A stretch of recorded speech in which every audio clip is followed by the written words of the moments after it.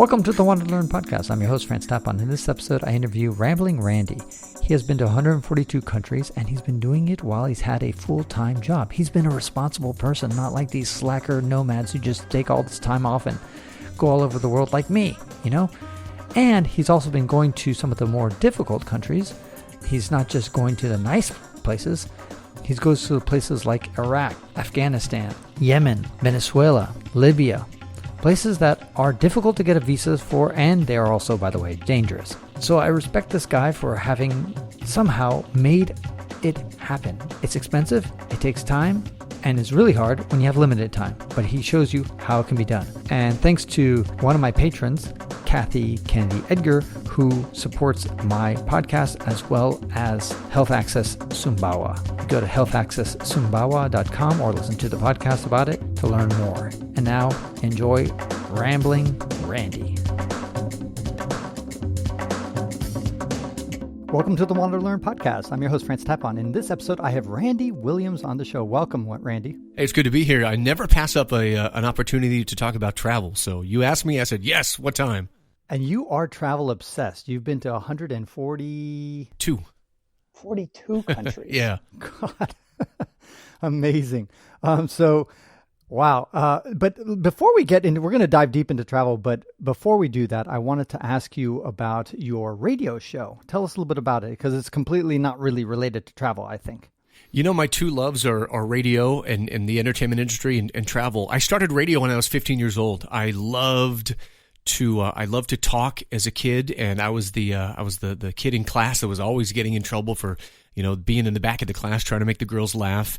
And you know, when I was a preteen, I kind of found my other love, which was music, and the two collided very fiercely when I realized that, wait a minute, there's jobs out there where people can talk and play music and get paid pretty well.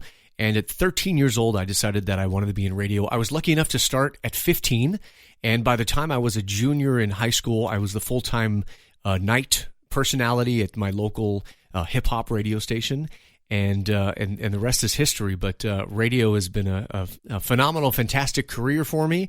And I just love it. Currently, I do the afternoon show at a great radio station in San Diego, California, called Magic 92.5, where I'm also the program director. And then I own my own show, which is a syndicated show, and that's a love songs and dedication show that plays on about 200 radio stations in 15 countries, mostly the U.S., but every Sunday night, it's a love songs and dedication show, so people can call in and request a song and also dedicate to somebody they love, whether that person is near or 1,000 miles away.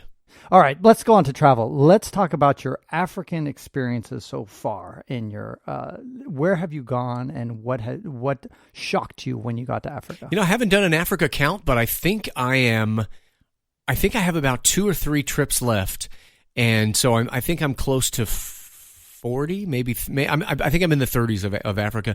You know, my biggest memory of Africa was the initial trip for me, and how much I've grown as a traveler.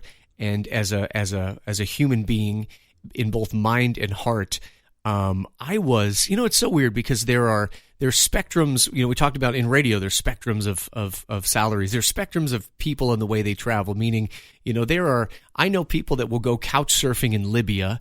I know other people that are afraid to cross the border into Mexico to eat lobster because they think they're going to be kidnapped. I think everyone's on a spectrum of how much fear they have and how adventurous they are. And for me, my first trip to Africa, I was actually scared. And I think I went into Africa the right way. I started in Cape Verde. So my very first trip into Africa was a direct flight from Brazil, which is, by the way, this is fun to talk about because I'm a aviation and geography geek. I think most of us are, right? Do you know there's a direct flight from Brazil to Africa that's only about 3 hours and 15 minutes? It's incredible how close the two continents are together when you look at them, you know, tip to tip. So I left Recife, Brazil, which is the easternmost part of Brazil, Recife, to the westernmost point of Africa, which is Cape Verde. So I landed in Cabo Verde about 3 or 4 years ago, and that was my very first taste of Africa. And that was nice because I call Cape Verde Africa Light. I mean, right? I mean, it's really, it's an island. Yeah, I call it Africa for beginners. Exactly. So to me, that was actually a nice kind of, okay, put my toe in. But then from Cape Verde, obviously, I went to Dakar, Senegal on that same trip. And I remember just kind of what a different person I was, and I'd grown up as a young man during 9/11, pre and post 9/11, listened to a lot of talk radio. I'm okay to tell people that at the time, I mean, I was really afraid of Muslims and Islam. For me, it was very scary. And for me, it was, almost, I didn't really know any Muslims, and kind of everything I knew about the religion from movies and from the news, it was usually a negative connotation. So, my little quick story on Africa was when I arrived in Senegal, I was scared, and I saw, just all these guys in robes and the skull caps. And I made the mistake of getting a budget hotel. So my hotel in Dakar was on this, I arrived, 9 or 10 o'clock at night, so it was already pitch black. And my hotel was in a really dark alley. And I checked in, and the guy wasn't very communicative. Again, this all would have been different if I. And by the way, you don't speak French, I imagine. Not a lick, and right. I think it would have been different if I would have checked in even if I would have checked into the Holiday Inn or the Sheraton or the Marriott. But everything just kind of added up. So I'm in this cab going down the street, thinking they're going to kidnap me. I arrive at this dark alley, this tiny little seedy hotel. Looks like it's a hotel out of a bad movie. I'm literally in my hotel room looking for exit routes in case Al-Shabaab breaks in and tries to kidnap me. I'm literally just scared. I'm like, what did I do? This is, by the way, the very beginning of my kind of travel career. I jumped headfirst into it, and I'm like, gosh, this is the wrong thing for me to do. And I remember being very hungry, and someone told me that across the street there was a good restaurant. So I got dressed, and again, it was about 10 o'clock at night.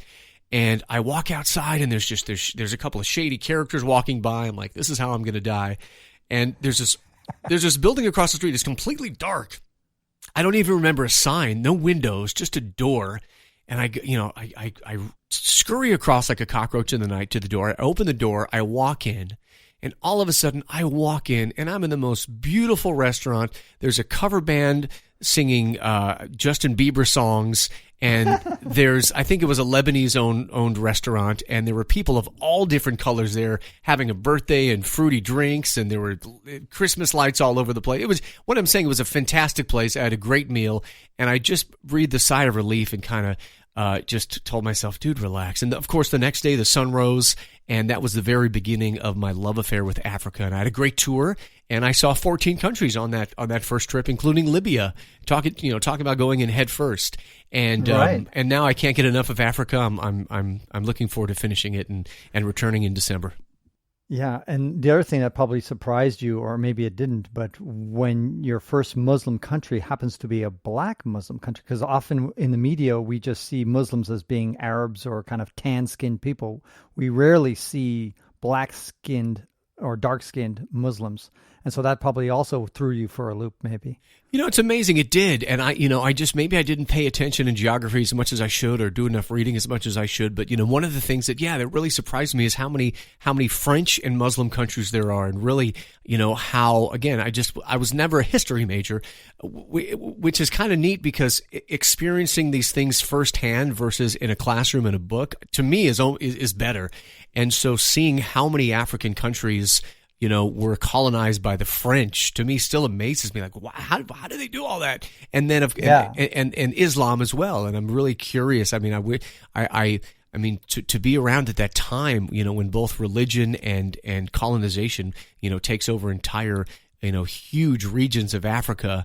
It just fascinates me, and it's something on my list to learn more about. Whether it's reading or taking a class in this, it fascinates me greatly. Absolutely. What about your experience in Libya? Were you there pre or post Khadafi's death? I was post, and I was told by the very famous tour group that pretty much almost everybody that goes to Libya used, Sure Was Travel. I was told by them that I was the first tourist after the war. And I'm not saying this to get any credit. I'm saying this just because, as a fun fact, I'm excited that it looks like, at least they told me, that I kind of helped open tourism up for Libya because again, according to them, I was the first tourist to come in on a business visa after the war.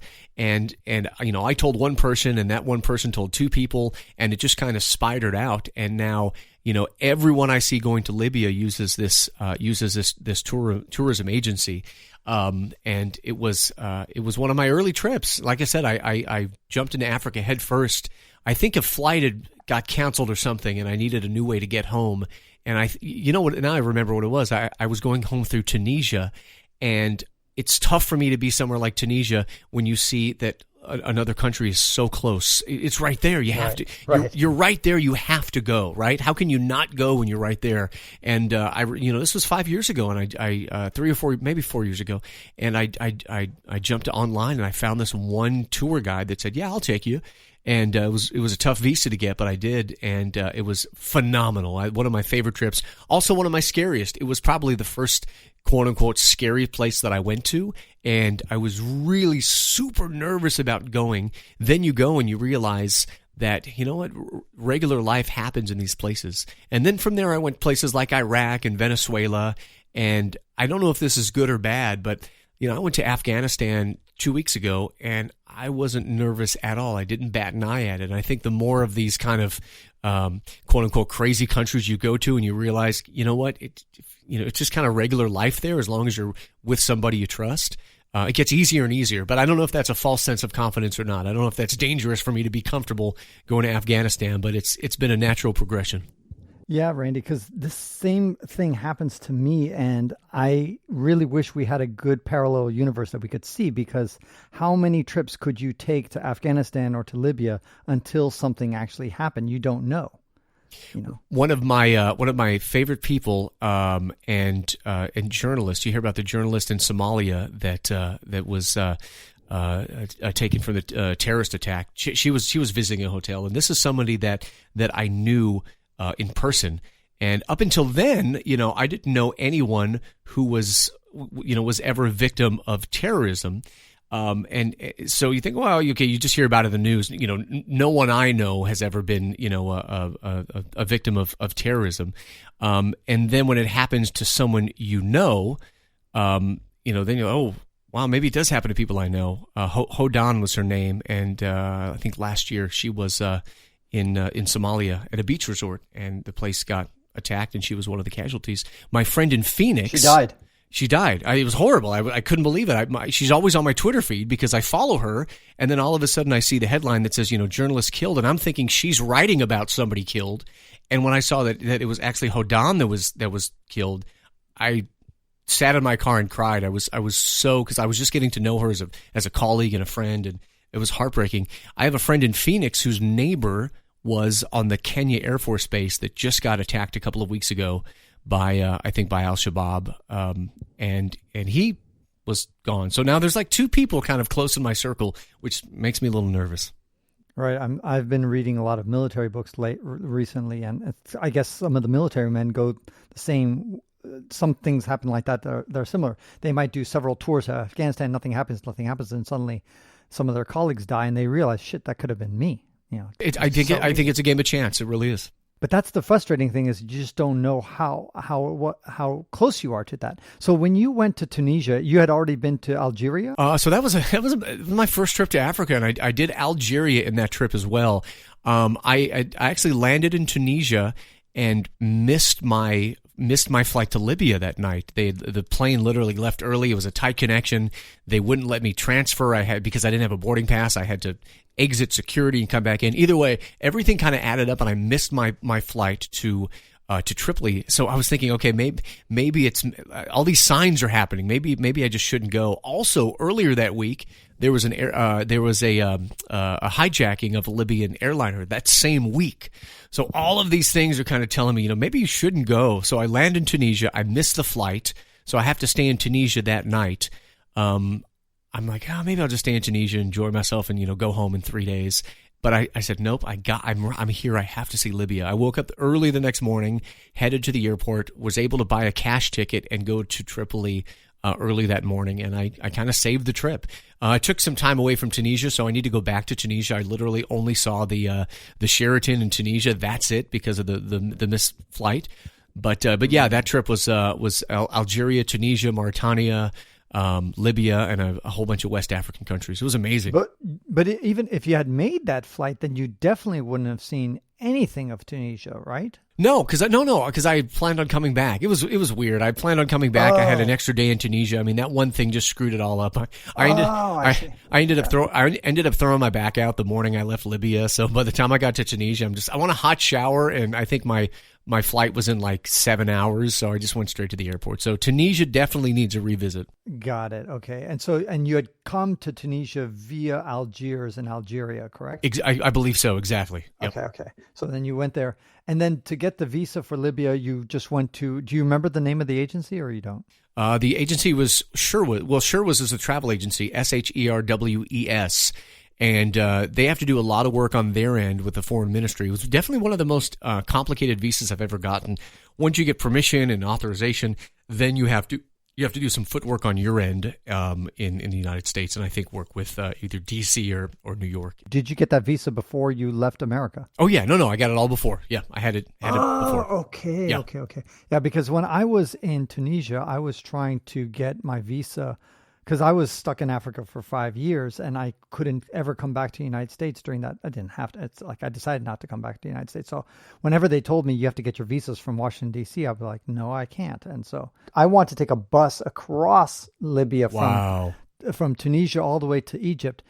But the problem was at that time, so there was like a window, and I don't know if you were there during that window or you started. It sounds like you started that window when tourism kind of like opened up. It was like about a year period after Khadafi died, and then things kind of got turned for the worse again, and that's kind of how they are. I think even today in 2020, but when I was there, there was still roadblocks and there was still some fighting going on. It had like a renaissance came back, and like it was another wave of violence. No, that was, I believe that was the time. It was still happening. I was monitoring things on Twitter, and there were, I mean, literally like the week before I was leaving, there were still explosions, and I was actually talking. We were probably going at the same time. The only difference is that I was like, I didn't want to just go to Tripoli. I wanted to cross, and so I was like either at Tripoli or not. But what I had earlier done is I had gone through southern Libya, via Chad, and I'd climbed the tallest mountain in Libya, which is down in the Sahara. But I didn't get to see any of the coastline or up northern Libya where everybody lives. I only saw the uninhabited part of Libya way down in the Sahara, the southern Sahara. But that's another story. Tell me a little bit about your visas to get to Afghanistan. Was that relatively easy? Thank goodness it was. And kind of the way I travel, because I work full time, I travel really, really, really quick. So I wish I had time to, set up camp in a capital like Tunis and apply for my next visa. But sadly, it's, hey, I've got, 1 or 2 or, 3 or 4 days at the most. So I have to get, for me, the way I do it is I have to get all visas in advance. Luckily for me, the Afghan visa went out without a hitch. I've had friends that have told me they've had really big problems with the embassy in the U.S. just not moving. But it worked for me. So there were no hitches at all. They do some work on the Afghanistan side, kind of close to what they did in Libya. They have to register with the Foreign Affairs, the Ministry of Foreign Affairs in Afghanistan, get the authorization, send you a letter, etc. For Afghanistan, on my end, it was probably more paperwork than I've ever had to send in. I've had to send in the invitation, the clearance form from the police there. I had to this was weird. I had to get a note from my doctor saying I didn't have Ebola or any other communicable diseases. I had to have a letter this was interesting too, a letter from my employer that said that I would be responsible for my own self while I was there, and that my employer had given me permission to be a tourist in Afghanistan. So a bunch of little weird things, but it just, took a little extra time. Put it all together, and I believe it took about 3 weeks, and I did use a visa service in DC, and they walk your visa in, walk all your documents in, and they kept pushing back the date. They gave me a preliminary date of 10 days, and I kept checking the website as it came closer and closer, and the date kept getting pushed back. So I was getting kind of nervous. But it did finally happen, and they didn't even need any other documentation or any questions. It just took about 3 weeks.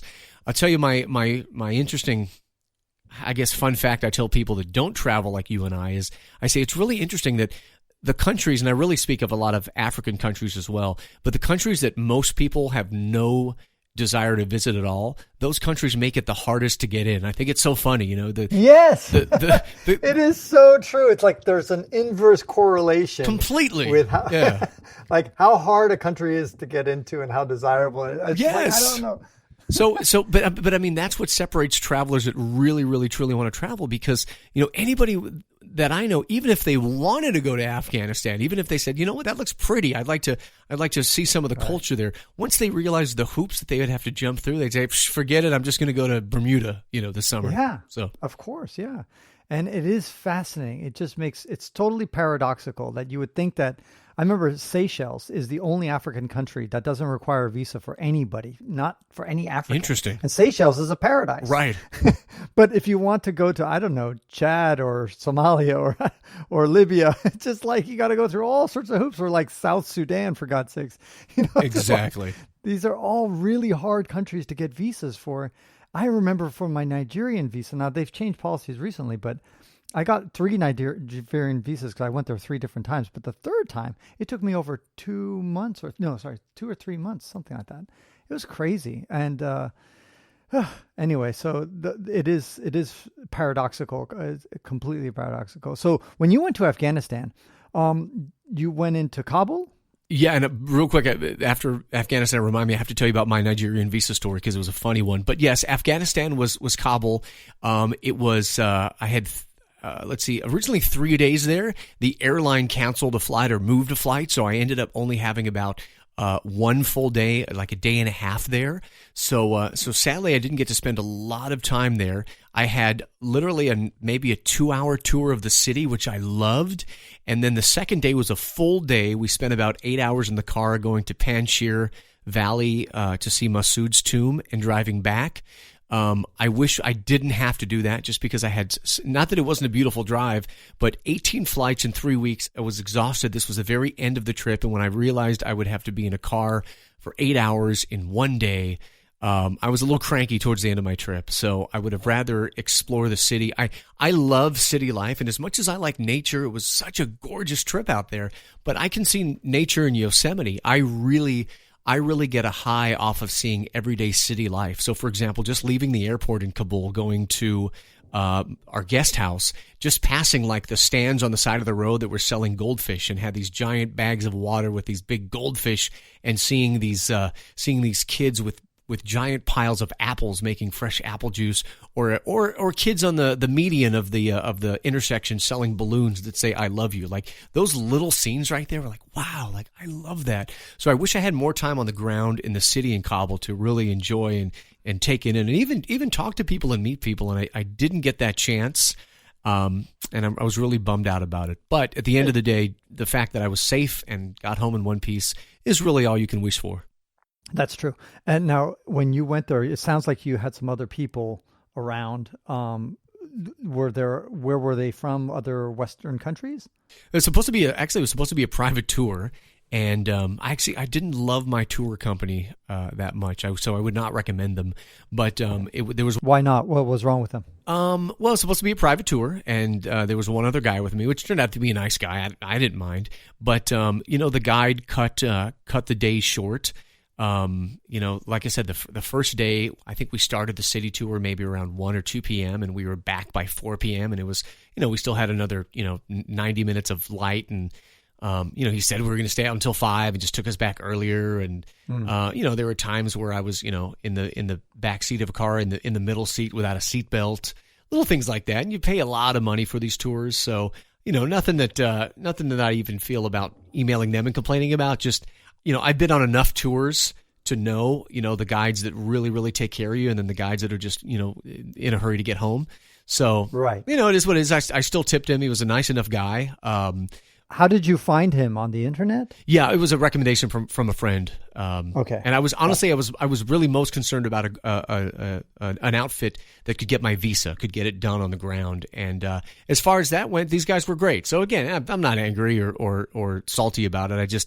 If you would say, do you recommend him? I'd probably, no, you might want to look around.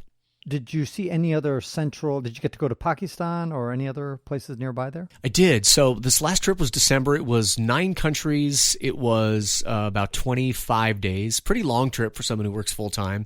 And in order, it was Thailand. I had a 10-hour layover in Thailand. I went into the city and had an amazing session at a hotel, a spa session. I'd been to Thailand before, so I didn't feel like I was missing out. But I had a nice 10-hour spa session to ease my jet lag. I had a couple of days in Laos.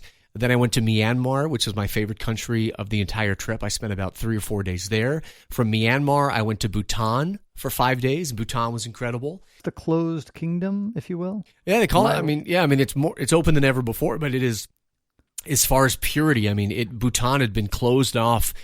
Completely closed off from the world until the 1960s. So going to Bhutan is still like stepping back in time. And that was just an incredible experience. And, there's some... Is it true that you can only go there with a tour?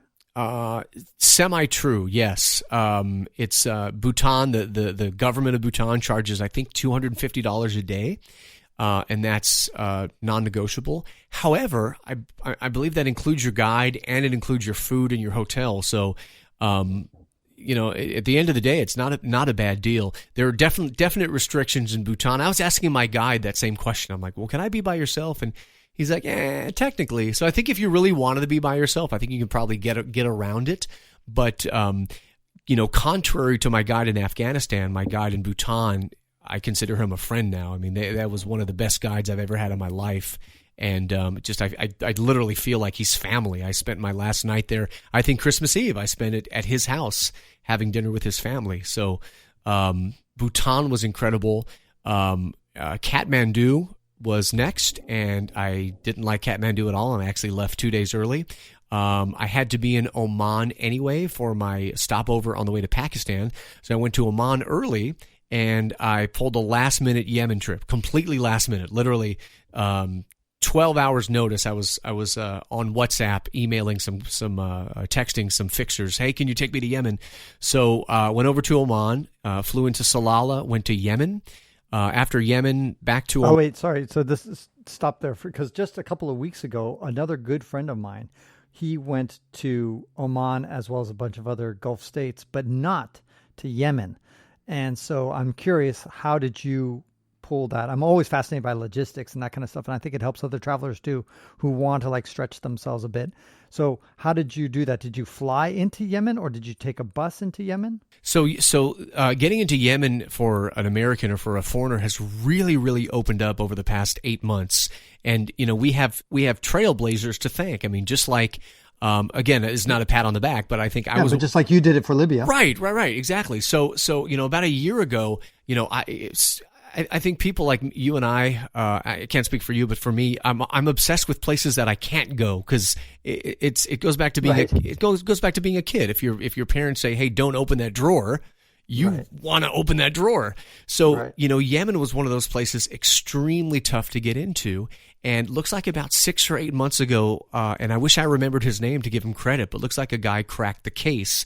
There were 1 or 2 or 3 rogue guys that literally went to Oman and would drive to the border of Oman and Yemen and literally try to bribe themselves into Yemen, just, 50 kilometers in, whatever. But, I read stories about them, giving the passport over and, slipping $100 bill to both the Omani and the Yemeni people and getting turned back. And, one guy was finally successful. Long story short, it's a thing now and it's regulated by the Omani government. So, for the meantime, it's 100% doable. There are 3, from what I gather, there are 3 trusted guides, and they all know each other. The price, if you want to do kind of the basic lunch tour, is $500, and that includes your $100 Yemeni visa. And again, right now, at the present, at least for an American, it was pretty easy. It has to do with first leaving Oman. And before you even leave Oman, you check in at the border. You spend about 45 minutes there. Apparently, the Omani side, the Omani border, calls the capital, calls Muscat, and basically gets clearance. I don't know what the conversation is, but it's probably something like, hey, we've got John Smith. He's American. He is with the guide, Wafi Muhammad Abdul, and they're going to go for lunch to the city of Hof. Then they're going to come back, and, can I give them clearance?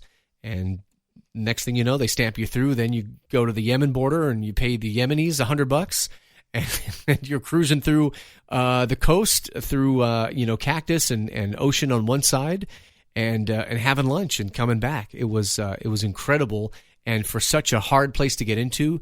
Usually I plan these things years out.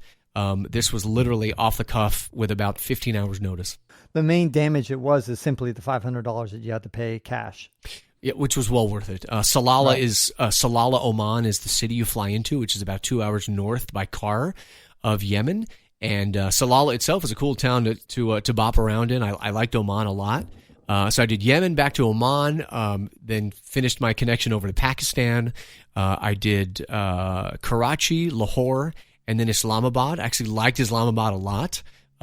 Most people don't. They say it's boring, but it was a nice break.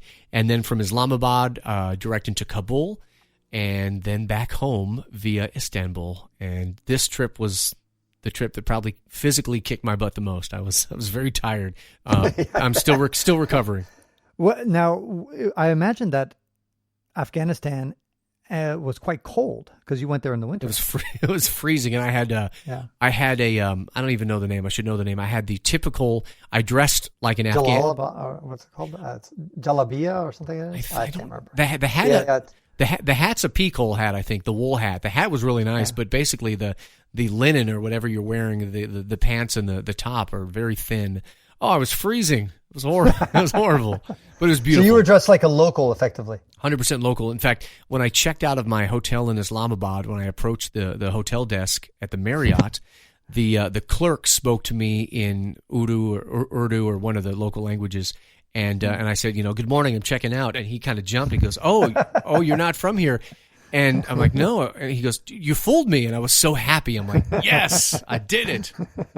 Exactly. So what countries are left for you, Randy, obviously, let me see, you did 142, so you've got about 50 countries to go. Yeah, 51 to go. And, I work full time. So, I love it that there's always some debate of, what a real traveler is and does it count if you only go to a capital city for one night? My style of travel right now is I'm treating the world like a buffet at a restaurant I've never been to and food I've never eaten. And this is my analogy. I want to go to that buffet and I want to have a small bite of everything on the buffet, and then make up my mind of what I'm going to come back for the second serving. And I'm going to get a big plate of this and a big plate of that, and I'm going to skip the Brussels sprouts, but I'm going to go back and get some, get a big helping of potatoes. That's why I travel fast. So that's why you're saying you don't like Belgium, is what you're saying, because you don't like Brussels sprouts. But I love Belgian waffles, though, so I don't know. Okay. But and French fries. Yeah. But so I'm currently traveling really fast, and I'll tell you, this last trip kicked my butt so much. I'm actually, and this may be counterintuitive, but I'm actually going to speed things up because, and this sounds horrible, I want to get it over quickly, only so I can start to take trips and really relax and really unpack and unwind. So my goal to finish everything was the end of 2022. I've moved that up to the goal of 2021. It's very aggressive. Wow. It's very aggressive. It's very aggressive working full time. I don't know if I can do it, but I've got 2 or 3 trips to Africa. I've got a lot of the Pacific left and some splotches of Europe. I'll finish Asia in August, and it's amazing. So what is your definition, Randy, of when somebody has a quote unquote visit? You can check the country off, because like in my case, I think that when you went to Tunisia, I would completely check Tunisia off. You got out of the airport, you roamed around, you didn't see as much as you wanted, but that to me, Tunisia counts. I definitely checked it out. Tunisia is a place that I owe it to myself to go back, and it's also kind of a hub. So, but you nibbled at the buffet of Tunisia. Correct. That counts. No, look, is there a check mark on my website? Yes. And when I will get to 193 before going back to Tunisia. And I will count Tunisia. For me, it's leaving the airport. I'll give you an example. French Guiana, the only thing I could do, the flights would not allow me to stay overnight there. It was either 9 hours on the ground or like 6 days or 5 days. I didn't have that much time. So when I landed in Cayenne, I literally went downtown and had lunch, had a wonderful French lunch, and walked around and communicated with people. That was the place where I almost got my ass kicked, was in Cayenne. So, I mean, I felt like I truly experienced Cayenne. This guy wanted to fight me. And that was why? What had you done? So, didn't put enough cayenne pepper. You know what's funny? You know what's funny about how things can be deceiving, right? So apparently French Guiana, when you look at the State Department warnings and you even talk to friends, it's a little dodgy, right? The capital is a little dodgy. Have you been to French Guiana? No. So the capital is a little dodgy, but what's so deceptive is it's in South America, right? It's in the Amazon, but was built by the French. So you're walking through downtown. You're walking through these amazingly, beautifully quaint streets with narrow streets and little trellises with flowers and the window boxes, and it looks like you're in France. It's gorgeous. And I'm taking my little stroll. And, usually bad things happen when no one else is around. The streets were like desolate. There was a storm coming in. I started getting an eerie feeling. Here I am walking down this beautiful little narrow street in French Guiana and just happy-go-lucky. And I stumble upon a pile of belongings in the middle of the street. Now picture this. There's a pile of belongings. There's a stool or a chair that's broken. There's some clothes. There's a radio. There's various other personal items, and they're all in a pile, and they look damaged. And I look down at it, and then I look up at an open window, and I have this epiphany. Oh my gosh, this is so old school. Somebody got caught cheating, and the wife or the girlfriend threw all of his crap out the window, like, you cheating bastard. And I just got a giggle of this, and I took out my iPhone, and I took a couple of pictures. Like, this will be a fun Instagram post, Hey, Pierre got caught cheating, and his girlfriend threw all of his stuff out. Well, even on the picture that I take, if you look at the picture, you can see someone's real foot in the picture. Apparently, the guy that got thrown out was standing right there, and he was not happy that I took a picture of his stuff, and I thought it was funny. And he starts coming at, "What are you doing? What?" And you can just tell how threatening he was. And he was small enough where I thought I could take him. However, he did have a teardrop tattoo under his eye, which is supposedly mean that you've killed somebody. And he wanted the rumble. And I didn't know if this guy had a razor blade in his back pocket. And I'm literally like doing everything I can except running away like a pansy. I'm backing up pretty fast and kind of trying to disarm the situation. And finally, I got around the corner and I just split. And he was saying something like, "I'll find you later." And I'm thinking, joke's on you because my flight is in 2 hours. Exactly. And I just got the heck out of there. But no, he really wanted the scrap, and I'm not going to fight a guy. Especially that would have been a great time to kill somebody, because you could have killed him and then just gotten out of the country, and the authorities would have never known. This is true, but I would have not been able to live with myself. Those are details, Randy. So, Randy, we have to get together again and talk about your next trip, because I want to hear as you close in on the 193 countries. That will be fantastic, seminal moment. So let's aim for doing it either maybe later this year or maybe at the beginning of 2021 as you're closing in on that date, because I'm really excited you've pugnaciously gone after this goal, and I respect you and admire you for having done that. So kudos to you. I really appreciate it. Now, if somebody wants to follow you and see as you close in on these countries, where can they find you? Thank you so much. I appreciate the opportunity. The website, my blog, is ramblinrandy.com. Ramblin' Randy, not rambling, but ramblinrandy.com. Instagram is fun. Instagram is slowjams, SLOWJAMS. That's kind of a combination between my radio and my travel career. So you'll see like 27 photos of me in random countries, and then, oh look, it's me and Taylor Swift in the studio. and then more travel. So but slow jams on Instagram, and I love to talk to people and exchange advice. And I think the travel community is just amazing. Without them, without people like you, I wouldn't be able to go places and get tips and get insider info on going places, to places like Yemen. I wouldn't have been able to do that on my own. So I think the community and the support we give each other is phenomenal. Wonderful, Randy. Thank you so much. And I look forward to chatting with you about the final travels, and then you're going to be able to dive deep into your buffet. Safe travels, my friend. Thank you so much. I'll see you at the buffet. And that concludes this episode of the WanderLearn podcast, where we explore travel, technology, and transformation. If you'd like to see the show notes with links to what we talked about, or if you'd like to comment on the show, or if you'd like to ask me a question, then go to wanderlearn.com and click on this episode. If you'd like to connect with me, just remember ftapon. That's my first initial and my last name. ftapon is the username I use on all social media. You can also get to my website by going to ftapon.com. And here's one last reason to remember ftapon. If you like what I do and would like to get rewarded for supporting my projects, then go to patreon.com/ftapon. That's where you can pick up some remarkable rewards for as little as $2 a month. And now for 5 quick favors. Number 1, subscribe to the WanderLearn podcast. 2, download it. 3, share it. 4, review it somewhere. And 5, sign up for my newsletter at wanderlearn.com. Our theme music was composed by Eric Stratman. This is Francis Tapon, encouraging you to wander and learn.